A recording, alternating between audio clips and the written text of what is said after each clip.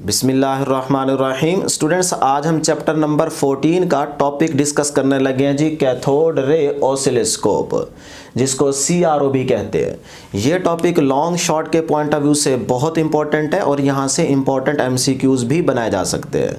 Students, याद रखिएगा, CRO को फर्स्ट टाइम डिस्कस करने वाला एक जर्मन साइंटिस्ट था जिसका नाम है जी फर्डिनेंड ब्राउन।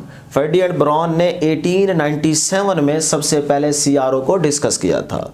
CRO एक बहुत इंपॉर्टेंट डिवाइस है। इसकी इंपॉर्टेंस का अंदाज़ा आप यूँ लगा सकते हैं कि अगर मैं ये कहूँ कि किसी फिज़िक्स लैब में अगर CRO मौजूद नहीं है तो इसका मतलब ये होगा कि वो फिज़िक्स लैब नामुकम्मल है। अब स्टूडेंट्स, कुछ चीज़ें हम यहाँ पे डिस्कस कर लेते हैं, फिर उसके बाद इसकी डेफिनेशन की तरफ आते हैं। कि याद रखिएगा कि अगर हम एक हार्ट की परफॉर्मेंस को देखना चाहें तो उसे सिर्फ पल्स से ही स्टडी नहीं कर सकते, बल्कि हम उसे स्क्रीन पर भी स्टडी कर सकते हैं और अगर ज़रूरत पड़े तो हम उसका प्रिंट भी निकाल सकते हैं, जिसको हम ECG का नाम देते हैं। और जो हार्ट की परफॉर्मेंस स्क्रीन पे हमें मिल रही होती है, इसी को हम CRO का नाम देते हैं। इन शॉर्ट मैं ये कह सकता हूँ कि CRO एक ऐसी डिवाइस है जो इलेक्ट्रिकल सिग्नल को कन्वर्ट करती है विजुअल सिग्नल में, और इसी CRO को यूज़ करके मैं अल्टरनेटिंग वोल्टेज और अल्टरनेटिंग करंट की नेचर को भी डिस्कस कर सकता हूँ, और इसी के साथ मैं फ्रीक्वेंसी को भी मेजर कर सकता हूँ। अब स्टूडेंट्स, इसकी डेफिनेशन की तरफ चलते हैं कि it is a very versatile electronic instrument which is highly speed graph plotting device. इसी को अगर हम शॉर्टकट समझें तो हम यूँ कह सकते हैं कि कुछ क्वांटिटीज़ होती हैं जिनको ये ग्राफिकल रिप्रेजेंट करता है CRO।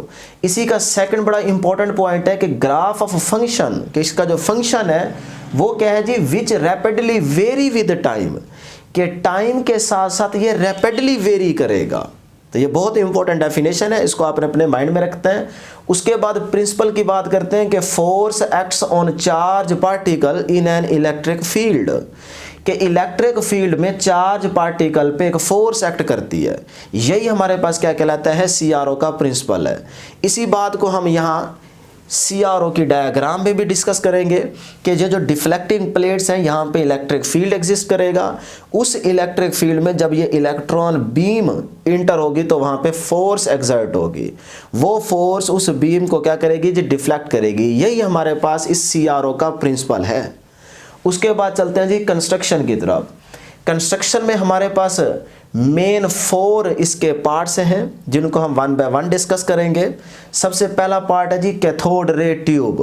कैथोड रे ट्यूब को बेसिकली CRO का हार्ट भी कहा जाता है, दिल भी कहा जाता है, और ये बेसिकली एक एवैक्यूएटेड ग्लास ट्यूब होती है।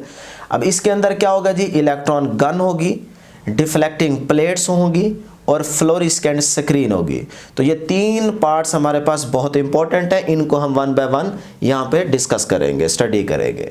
तो सबसे पहले बात करते हैं स्टूडेंट्स कंस्ट्रक्शन में इलेक्ट्रॉन गन की। तो यहाँ पे हमने डायग्राम बनाई हुई है, इसी को हम थोड़ा सा यहाँ पे पहले डिस्कस करते हैं, फिर वन बाय वन जो है इसके पार्ट्स को हम डिस्कस करेंगे डिटेल में। तो सबसे पहले स्टूडेंट्स यहाँ पे देखिएगा कि ये हमारे पास एवैक्यूएटेड ग्लास ट्यूब है। इसके अंदर हमारे पास क्या है जी, इलेक्ट्रॉन गन। ये हमारे पास क्या है, ग्रिड। ये यानी कि इलेक्ट्रॉन गन का जैसी नाम है, तो स्टूडेंट्स यहाँ से एक MCQs भी बन सकता है कि बेसिकली जो इलेक्ट्रॉन गन है इसके अंदर कौन से फंक्शंस, कौन से पार्ट्स जो है वो इन्वॉल्व होते हैं। तो वही चीज़ आपको मैं बताने लगा हूँ कि जो इलेक्ट्रॉन गन है उसके अंदर एनोड्स भी होंगे, ग्रिड भी होगा, कैथोड भी होगा और हीटेड फिलामेंट भी होगा। ये जो 4 आपको फंक्शन या पार्ट्स नज़र आ रहे हैं, हीटेड फिलामेंट, कैथोड, ग्रिड और ये एनोड्स, तो ये वाला जो रीजन है, ये रीजन आपके पास क्या कहलाता है, इलेक्ट्रॉन गन का है। इलेक्ट्रॉन गन में कितनी पार्ट्स या कितने फंक्शंस जो हैं वो इन्वॉल्व होते हैं, ये MCQs में पूछा जा सकता है। तो आप इनकी निशानी याद रख लें, एनोड्स, ग्रिड, कैथोड और हीटेड फिलामेंट, ये इलेक्ट्रॉन गन में शामिल होंगे। ठीक है जी। तो यहाँ पे देखिएगा कि ये हमारे पास हीटेड फिलामेंट है। बेसिकली एक कॉइल होती है जिस पे आपने क्या करना है, पोटेंशियल अप्लाई करना है। जैसे ही आपका करंट इस कॉइल में से पास करेगा तो ये according to Joule's law H is equal to I square R T, उसके अकॉर्डिंग ये क्या हो जाएगी, हीट अप हो जाएगी। उसके बाद यहाँ पे हमारे पास कैथोड है, ये हमारे पास ग्रिड है, ग्रिड पे जो पोटेंशियल होगा वो हमारे पास तकरीबन -1050 होता है, यानी कि 1050 के लगभग करीब जो है वो हम ग्रिड पे पोटेंशियल रखते हैं। इसी तरह हमारे पास इस ग्रिड के बाद क्या है जी, एनोड्स हैं यहाँ पे, ये बेसिकली सिलेंड्रिकल टाइप होते हैं, यानी कि जैसे सिलेंडर होता है ना इस तरह से, तो ये सिलेंड्रिकल टाइप होते हैं, इनके बीच से हमारे पास क्या होता है, होल होता है, उस होल में से इलेक्ट्रॉन बीम जो है वो पास करती है। तो हमारी बुक में इस तरह की डायग्राम बनाई गई है, इसीलिए मैंने भी यहाँ पे उसी सिचुएशन में बनाई है जिस तरह हमारी बुक में बनाई गई है। तो ये हमारे पास एनोड्स हैं जो कि सिलेंड्रिकल होंगे बेसिकली, और इनके बिटवीन हमारे पास एक होल होगा जहाँ से इलेक्ट्रॉन बीम पास करेगी। ये हमारे पास क्या है, इलेक्ट्रॉन बीम का क्लाउड से है जो उस सिलेंड्रिकली एनोड्स के होल में से पास करके आगे पहुँचेगा। तो यहाँ पे स्टूडेंट्स जो एनोड A1 है वो एक्सेलरेटेड एनोड है, उसके बाद एनोड A2 जो है वो फोकसिंग एनोड है, यानी कि ये बेसिकली इलेक्ट्रॉन बीम को फोकस भी करेगा और इस पे जो पोटेंशियल की वैल्यू होगी वो भी मैं आपको बताता हूँ अभी। उसके बाद A3 जो है ये भी एक्सेलरेटेड एनोड है। इसके बाद हमारे पास दो सेट्स होते हैं डिफ्लेक्टिंग प्लेट्स के, एक हमारे पास सेट होता है हॉरिजेंटल डिफ्लेक्शन प्लेट्स का और दूसरा होता है वर्टिकल डिफ्लेक्शन प्लेट्स का। अब इनका क्या काम है ये भी हम 1 बाय 1 स्टडी करते हैं। उसके बाद यहाँ पे हमारे पास एक फ्लोरिस्केंट स्क्रीन है। फ्लोरिस्केंट का मतलब ये एक फ्लोरिस्केंट मटेरियल से बनी होती है जिसमें हम खासकर जो नाम लेते हैं वो जिंक का लेते हैं। तो उसके बाद यहाँ पे हमारे पास एक स्पॉट दिखाया गया, अब कैसे आया ये भी हम यहाँ पे अभी डिस्कस करेंगे। तो ये थोड़ी बहुत मैंने आपको ओवरव्यू दिया है कि इसमें जो सारी चीज़ें मेंशन की गई हैं वो बेसिकली हैं क्या, उनके नाम को हमने यहाँ पे डिस्कस किया है। अब हम उनके काम को डिस्कस करेंगे कि ये वर्क कौन सा पार्ट कैसे वर्क करेगा और क्या वर्क करेगा, ठीक है जी। तो सबसे पहले स्टूडेंट्स हम यहाँ से स्टार्ट करते हैं कि जैसे हम यहाँ पे पोटेंशियल अप्लाई करेंगे तो ये फिलामेंट जो है ये हीट अप होना शुरू हो जाएगा। अब इस के आगे हमारे पास एक कैथोड की मेटल होती है, उस मेटल पे हमने कोटिंग की होती है बेरियम ऑक्साइड की। तो उसके कैथोड से जैसे हम इलेक्ट्रॉन्स को निकालेंगे, इमिट करवाएंगे, तो जाहिर सी बात है इलेक्ट्रॉन जो इमिट करेंगे वो तभी कर सकते हैं जब आप इस कैथोड पे पोटेंशियल अप्लाई करोगे।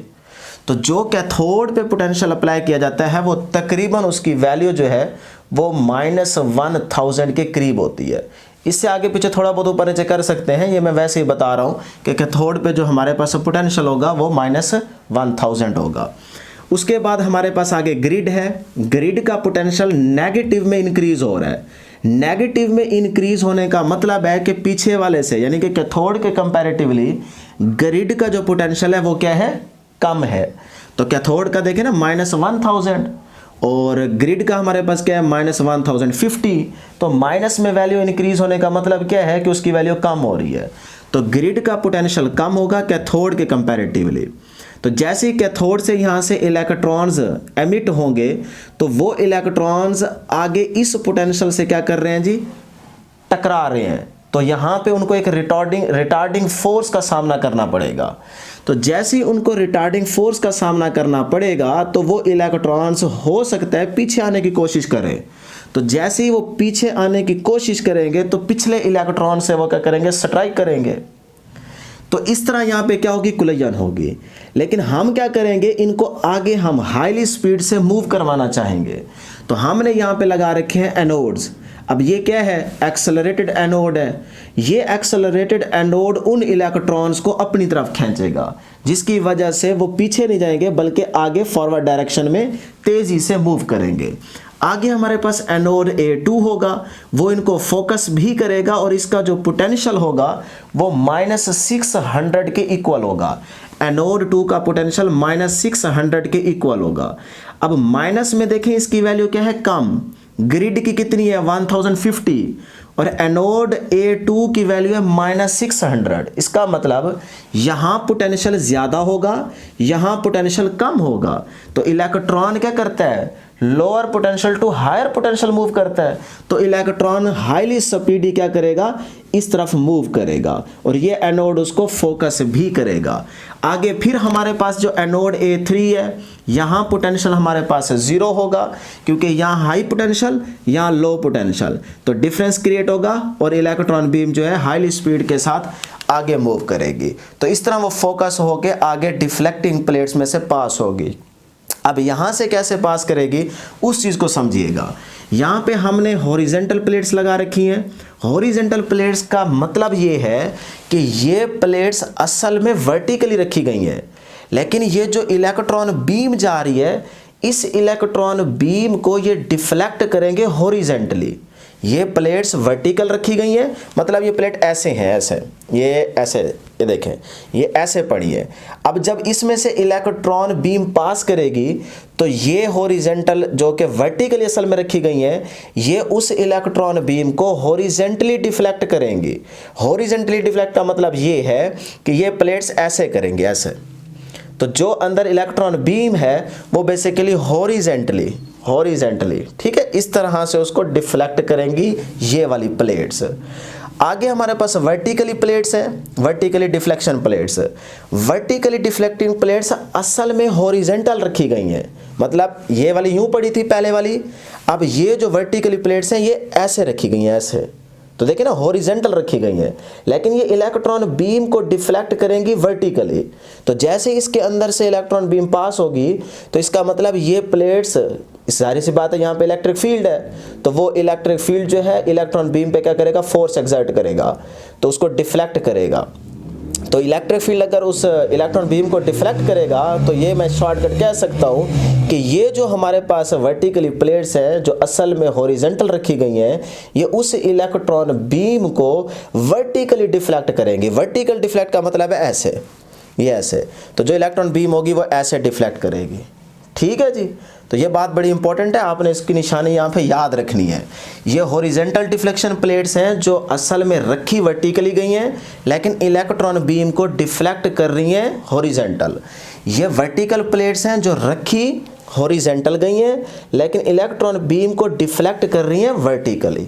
ठीक है जी, उसके बाद वो इलेक्ट्रॉन बीम पहुंचेगी जी स्क्रीन पे और वहाँ पे आपको एक स्पॉट नज़र आएगा और ये हमारे पास क्या है, फ्लोरोसेंट स्क्रीन। यहाँ पे हम इमेज को देख सकते हैं। ठीक है जी, वहाँ पे हमें इमेज नज़र आएगा। तो ये थी स्टूडेंट्स हमारे पास CRO की कंस्ट्रक्शन और उसकी वर्किंग, इसी को आपने थ्योरी में मेंशन कर देना है। अब आते हैं जी, यहाँ पे हम सबसे पहले बात करते हैं, कुछ हमारे पास केसेस हैं, उनमें से पहले केस की बात करते हैं कि अगर स्टूडेंट्स हम इस ग्राफ को अपनी बुक में देखें तो ये ग्राफ हमें क्या बता रहा है, ये ग्राफ हमें ये इंफॉर्मेशन दे रहा है जिसका नाम क्या है, स्वीप और टाइम बेस्ड जनरेटर, या फिर इसको कहते हैं sawtooth voltage wave form. Sawtooth voltage wave form का मतलब ये है, सा का मतलब होता है आरी, और आगे हमारे पास टूथ का मतलब वही कि जैसे आरी के दांत होते हैं वैसे ही हमारे पास यहाँ पे ये आरी टाइप के हैं, यहाँ पे दांत बने हुए हैं। तो ये जो आरी टाइप बेसिकली वोल्टेज आ रही है, इसी को सॉटूथ वोल्टेज वेव फॉर्म का नाम दिया जाता है।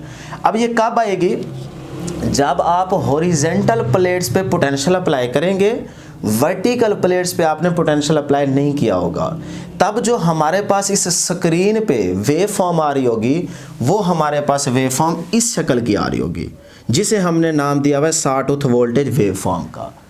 अब हमने यहाँ पोटेंशियल कैसे अप्लाई करना है हॉरिजेंटल प्लेट्स पे, वो बेसिकली हमने कनेक्ट किया होगा इन प्लेट्स को एक हॉरिजेंटल एम्पलीफायर के साथ। उस हॉरिजेंटल एम्पलीफायर के साथ एक ट्रिगर होगा, ट्रिगर को फिर हमने पावर सप्लाई के साथ कनेक्ट किया होगा। तो इस तरह हम यहाँ पे पोटेंशियल अप्लाई करके जो स्क्रीन पे वेव फॉर्म देखेंगे वो हमें सॉटूथ वोल्टेज मिलेगी। पहले बढ़ेगी, इंक्रीज होगी, फिर ज़ीरो, फिर इंक्रीज होगी, फिर ज़ीरो, फिर इंक्रीज होगी, फिर ज़ीरो होगी। तो इस तरह से ये जो हॉरिजेंटल आपको यहाँ पे स्पॉट मूव करता हुआ दिखाई देगा, उसकी एग्जांपल आप यूँ ले सकते हैं कि जैसे ये हमारे पास एक स्क्रीन यहाँ पे शो हो रही है, तो जब आप हॉरिजेंटल प्लेट्स पे पोटेंशियल अप्लाई करेंगे तो ये जो स्पॉट होगा ये आगे जाएगा, हॉरिजेंटल मूव करेगा, फिर फौरन रैपिडली वेरी करेगा विद टाइम पीछे की तरफ, फिर आगे वेरी करेगा, फिर पीछे की तरफ, मतलब हाई फिर लो, फिर हाई फिर लो। तो ये इसकी जो मूवमेंट होगी वो रैपिडली ये वेरी करेगा, मतलब पहले ये टाइम के साथ साथ आगे मूव करेगा, फिर ये फौरन पीछे आएगा, फिर आगे जाएगा, फिर फौरन पीछे आएगा। तो इसकी एग्जांपल आप यूं ले सकते हैं, जैसे एक रीडर जो है वो जब बुक रीड करता है, जैसे अगर मैं यहाँ से एक लाइन को रीड करता हूँ, यहाँ एंड, फिर फौरन पीछे आऊँगा, फिर एक लाइन आहिस्ता आहिस्ता रीड करते करते यहाँ पहुँचूंगा उसी पॉइंट पे, फिर फौरन पीछे आऊँगा, यहाँ से थर्ड लाइन स्टार्ट करूँगा। तो ये सेम जो रीडर बुक रीड करते हैं, ये यही एग्जांपल है जब आपके पास हॉरिजेंटल पे पोटेंशियल अप्लाई करके जो वेव फॉर्म आपको दिखाई दे रही होगी स्क्रीन के ऊपर, वो ऐसे ही दिखाई दे रही होगी कि जो स्पॉट होगा वो ऐसे मूव करेगा, फिर फौरन रैपिडली वापसी आएगा, फिर आगे मूव करेगा, फिर रैपिडली वापसी आएगा। तो हाई फिर लो, फिर हाई फिर लो। तो उसकी वजह से जो वेव फॉर्म आएगी वो आपको इस तरह से 60 वोल्टेज की वेव फॉर्म में नज़र आएगी। और इसी चीज़ को हमने मेंशन किया है यहाँ पे CRO के अंदर। तो ये थी 60 वोल्टेज, और ये जो हमने यहाँ पे नाम दूसरा मेंशन किया हुआ है sweep or time based generator. Sweep का मतलब यही होता है कि जिस पॉइंट पे आप पहुँचे हैं फिर उसी जगह पे फिर आप रैपिडली वापसी आएँ, फिर आगे जाएँ, फिर वापसी आएँ। तो ये जो low high low high high low high low high low चल रहा है, इसी को हम sweep or time based generator का नाम देते हैं। अब स्टूडेंट्स आगे चलते हैं, कुछ केसेस हैं, उन केसेस को डिस्कस करते हैं। तो सबसे पहली इंपॉर्टेंट बात ये है कि केस 1 में x एंड x प्राइम यानी कि हॉरिजॉन्टल डिफ्लेक्शन प्लेट्स को भी हमने ऑफ रखना है, वर्टिकल प्लेट्स को भी ऑफ रखना है। तो फिर जो स्पॉट होगा वो हमें मूव करता हुआ दिखाई नहीं देगा, बल्कि वो x axis and y axis के सेंटर पे होगा। यानी कि यहाँ पे हमें वो स्पॉट सिर्फ मिलेगा, यहाँ पे वो हमें स्क्रीन पे मूव करता हुआ दिखाई नहीं देगा। इसी तरह सेकंड केस में क्या है, हॉरिजॉन्टल प्लेट्स को आप ऑन रखेंगे, वर्टिकल प्लेट्स को ऑफ रखेंगे, तो जाहिर सी बात है यही वेव फॉर्म आपको मिलेगी, और जो स्पॉट होगा वो आपको हॉरिजॉन्टल या एक्स एक्सिस के अलॉन्ग मूव करता हुआ दिखाई देगा। अब वो इतनी तेज़ी से मूव करेगा कि आपको सिर्फ वो एक लाइन ही नज़र आएगी, लाइन ही नज़र आएगी, लेकिन असल में क्या होगा कि वो स्पॉट रैपिडली मूव कर रहा होगा। पहले हाई पे पहुंचेगा, फिर लो पे, फिर हाई पे, फिर लो पे, फिर हाई पे, फिर लो पे। तो इस तरह से ये सेकंड केस था। थर्ड में क्या है स्टूडेंट्स कि हॉरिजॉन्टल प्लेट्स को आप ऑफ रखें, वर्टिकल प्लेट्स को आप ऑन करेंगे, तो जो आपका स्पॉट होगा ये अलॉन्ग वाई एक्सिस आपको मूव करता हुआ दिखाई देगा। अब इसका भी वही सेम केस होगा कि रैपिडली ये मूव करेगा तो आपको एक वर्टिकली लाइन ही नज़र आएगी। उसके बाद फोर्थ केस बड़ा इंपॉर्टेंट है जिसको हम अक्सर यूज़ करते हैं, वो क्या है, एक्स प्लेट्स भी आपने ऑन रखनी है, वाई प्लेट्स भी आपने ऑन रखनी है। तो फिर स्क्रीन पे वेव फॉर्म कैसे दिखाई देगी, ये बात समझने वाली और यही चीज़ हम यूज़ करने वाले हैं। तो स्टूडेंट्स सबसे पहले बड़ी इंपॉर्टेंट बात ये याद करने वाली है कि जब आप हॉरिजॉन्टल प्लेट्स और वर्टिकल प्लेट्स के स्विच ऑन करते हैं, मतलब दोनों पे आप वोल्टेज अप्लाई करते हैं, तो कभी भी डायरेक्ट आपको इस तरह की वेव वहाँ पे स्क्रीन पे दिखाई नहीं देती। होगा क्या कि जब आप हॉरिजॉन्टल प्लेट्स का स्विच ऑन करेंगे, जिस हॉरिजॉन्टल प्लेट्स को भी आपने हॉरिजॉन्टल एम्पलीफायर के साथ कनेक्ट किया होगा, वर्टिकल प्लेट्स को आपने वर्टिकल एम्पलीफायर के साथ कनेक्ट किया होगा। अब होता क्या है कि जैसे ही आप दोनों पे सिमिल्टेनियसली, मतलब बैक वक्त आप दोनों पे वोल्टेज अप्लाई करते हैं, तो जो वर्टिकल प्लेट्स पे पोटेंशियल पहुँचता है वो लेट पहुँचता है, जो हॉरिजॉन्टल पे वोल्टेज पहुंचती है वो जल्दी पहुंचती है। तो हम क्या करते हैं, हम चाहते हैं कि इन दोनों प्लेट्स के ऊपर जो पोटेंशियल पहुंचे वो बराबर का पहुंचे और एक ही टाइम पे पहुंचे, ताकि जो आगे स्क्रीन पे इमेज हमें दिखाई दे वो इस तरह का ग्राफ हमें दिखाई दे। अब उसके लिए क्या करते हैं कि जो हमारे पास वर्टिकल एम्पलीफायर कनेक्ट होगा उसके साथ हम एक डिले लाइन कनेक्ट करेंगे। डिले लाइन का काम होगा कि वो थोड़ी देर के लिए उस वोल्टेज को रोक लेगी वर्टिकल प्लेट्स तक पहुंचने के लिए। जैसे ही यहाँ से हॉरिजॉन्टल पे पहुंचेगा, वहाँ से फिर हम एडजस्ट करके वहाँ वर्टिकल पे भी उसी टाइम पे पोटेंशियल या वोल्टेज को भेज देंगे। तो इस तरह से क्या होगा कि हमारे पास जो दोनों प्लेट्स पे वोल्टेज अप्लाई की जा रही है उसका जो टाइम पीरियड होगा दोनों पे वो क्या होगा, इक्वल। तो अगर हम सेम टाइम पीरियड पे वोल्टेज अप्लाई करेंगे तो वो जो हमारे पास स्क्रीन पे वेव फॉर्म ड्रा होगी वो सिंक्रोनाइज होके हमारे पास इस तरह का ग्राफ आएगा। अगर हम ये अप्लाई ना करें तो फिर वो वेव फॉर्म हमारी रनिंग में होगी। जब तक आप उसको स्टेशनरी फॉर्म में नहीं लेके आएंगे तब तक आपको नंबर 1 उसकी आप वैल्यू मेजर नहीं कर सकते, ना ही उसका फेज आप बता सकते हैं, तो वो आपके लिए मुश्किल होगा। तो हमारा काम क्या है कि हम इन दोनों पे सेम टाइम पे वोल्टेज अप्लाई करके उन वेव जो रनिंग में होंगी वेव्स उनको सिंक्रोनाइज करके मैच करके बराबर करके हम इस तरह की वेव फॉर्म लेके आए। तो यही चीज़ मैंने यहाँ पे मेंशन की है कि for the stationary pattern on the screen, जब तक हम स्टेशनरी पैटर्न स्क्रीन पे नहीं लेके आएंगे तब तक हम इसको स्टडी नहीं कर सकते। तो अब वो स्टेशनरी पैटर्न कैसे आता है, जब एक्स वाली प्लेट का जो वोल्टेज है उसका टाइम पीरियड वाई वाली प्लेट पे जो वोल्टेज है उसके टाइम पीरियड के बराबर होगा, तब हमारे पास जो वेव्स होगी वो सिंक्रोनाइज होके रनिंग फॉर्म से सिंक्रोनाइज होके इस तरह से शो होंगी। या फिर आप यूँ भी कह सकते हैं कि वाई प्लेट की जो फ्रीक्वेंसी है वो integral multiple of the x plate की फ्रीक्वेंसी के अगर हो जाए तब भी हमारे पास सिंक्रोनाइजेशन होगी। तो उस टाइम भी हमारे पास जो ग्राफ है वो इस तरह का आएगा।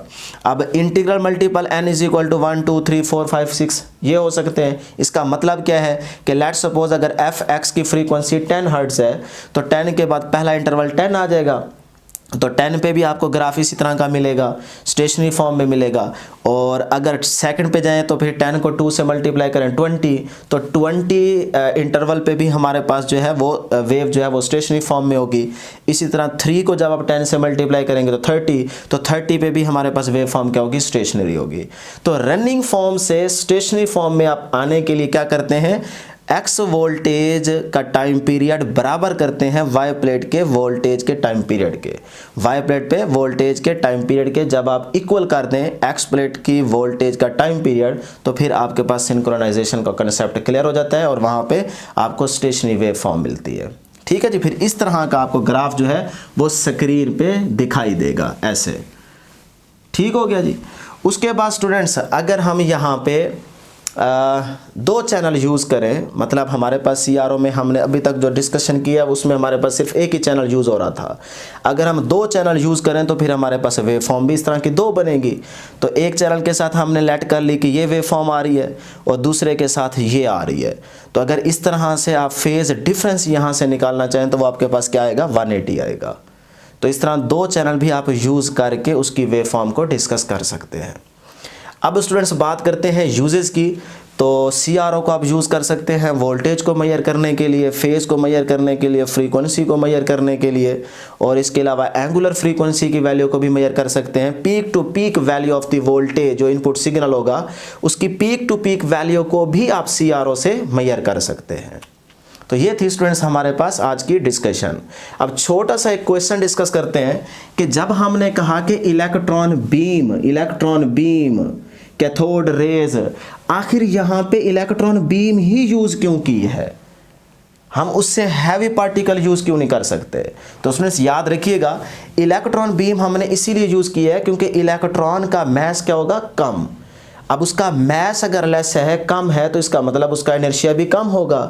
तो इसी वजह से इलेक्ट्रॉन जो पीछे इनपुट सिग्नल की छोटी से छोटी वेरिएशन होगी उनको भी डिस्प्ले करेगा स्क्रीन के ऊपर। तो इसीलिए हमने कम मैस वाले पार्टिकल को यहाँ पे यूज़ किया है। अगर हम हैवी पार्टिकल हैं तो उसका मैस ज़्यादा होगा तो इनर्शिया ज़्यादा होगा, जिसकी वजह से जो इनपुट सिग्नल की छोटी वेरिएशंस होंगी वो डिस्प्ले नहीं हो पाएंगी स्क्रीन के ऊपर। तो इसीलिए हमने इलेक्ट्रॉन बीम को यूज़ किया है।